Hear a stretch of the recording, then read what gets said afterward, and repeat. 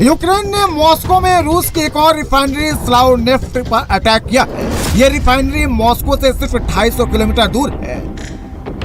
स्लावनेफ्ट oil refinery सालाना 15 million tonne crude oil produce करती है। यहाँ से दुनिया भर की मार्केट में तेल भेजा जाता है। रूसी मिलिट्री को भी यहाँ से तेल सप्लाई होता है।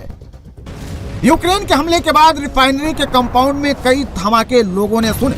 फिलहाल यहाँ कामकाज ठप है। ज़ेलेंस्की ने ब्लैक सी में हमले का बदला लेने के लिए कैस्पियन सागर में रूस पर हमले शुरू कर दिए हैं।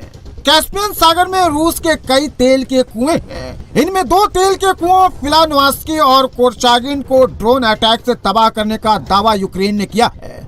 उसकी तस्वीरें भी जारी की है, जहां हमले के बाद दोनों तेल कुओं में लगी मशीनरी काली पड़ गई है। इससे पहले रूस के एक और औद्योगिक नगर सेंट पीटर्सबर्ग में भी ज़ेलेंस्की ड्रोन से धमाके कर चुकी है। वहां एक पूरा बाजार जल चुका है। 300 स्क्वायर मीटर में बने मॉल का नामो निशान मिट चुका है।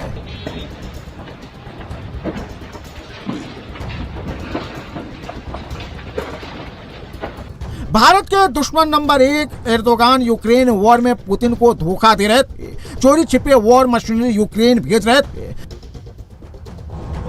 अब नाटो का ये नाटक नहीं चलेगा। अगर वो करेगा तो उसे ब्लैक सी में महाप्रहार झेलना पड़ेगा।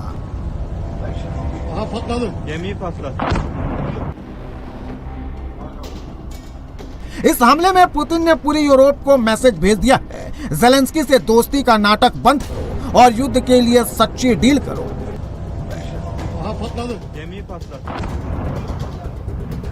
डील में बार बार बदलाव बहुत भारी पड़ेगा। पुतिन डोनबास मांग रहे हैं। ज़ेलेंस्की डोनबास को लेकर नया प्लान ट्रंप को दे रहे हैं।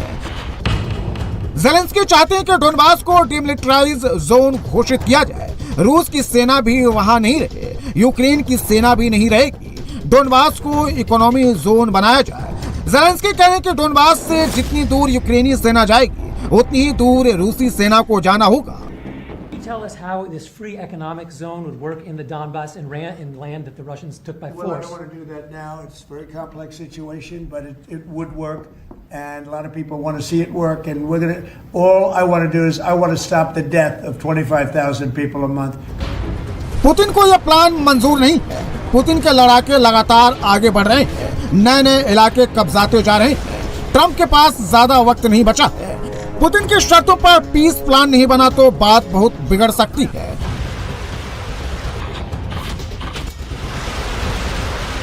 पुतिन डोनबास का 90% से ज्यादा हिस्सा जीत चुके हैं। पुतिन चाहते हैं ज़ेलेंस्की डोनबास रूस को सौंप दे, अपनी सेना को 6 लाख तक सीमित करें, नाटो में जाने का सपना छोड़ दें, यूक्रेन में चुनाव कराएं। हमने हर एरिया में मोमेंटम हासिल किया है। डोनेस्क और लुहांस्क की आजादी के साथ ज़ेपोरिज़िया और खेरसोन रीजन में काम प्लान के मुताबिक चल रहा है। अभी सब कुछ रूसी फौजों के कंट्रोल में है।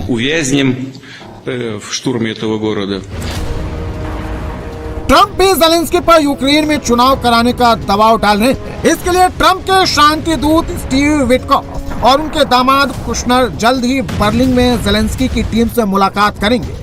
इसमें यूरोपीय देशों के प्रतिनिधि भी शामिल होंगे, लेकिन ज़ेलेंस्की यूक्रेन में चुनाव कराना नहीं चाहते हैं। Вся история с выборами, она предельно ясна. Зеленский не будет проводить выборы, он их сорвет, потому что они для него грозят в лучшем случае тюрьмой, в худшем случае он будет ликвидирован одними из своих западных партнеров, будь то британские спецслужбы, либо там европейские. Вот. Поэтому любые процессы или мирные инициативы со стороны президента США Трампа, они, конечно же, будут саботироваться. Все это Зеленский делает по согласованию с Лондоном и с Берлином, потому что Европе также не нужен мир, как и Зеленскому. Они зарабатывают на войне, им нужно как-то... रूस यूक्रेन के बीच जारी भीषण जंग के बीच ज़ेलेंस्की पर यूक्रेन में चुनाव कराने का दबाव बढ़ता जा रहा है, लेकिन ज़ेलेंस्की ने इसके लिए शर्त रख दी है। ज़ेलेंस्की की पहली शर्त ये है कि पहले सुरक्षा की गारंटी दी जाए और दूसरी शर्त यह है कि सुरक्षा की गारंटी मिलने के बाद वो 60 से 90 दिन के अंदर चुनाव करा लेंगे। लेकिन ज़ेलेंस्की की इस शर्त को दुनिया उनकी एक शातिर चाल बता रही है। Zelensky and his regime started talking about a ceasefire for 3 days, 30 days for the elections. So he is continuing to prolong this conflict to stay in power. And you're correct. He's basically trying to buy time for himself, for his regime, because everybody understands elections and basically ending of the war and then elections. For Zelensky, it's a route to nowhere. He's politically done. He will be basically, he cannot trust his partners abroad because they will not basically compel to the deal to protect him. He understands that also because knowing what he knows and how this war started, and he starts talking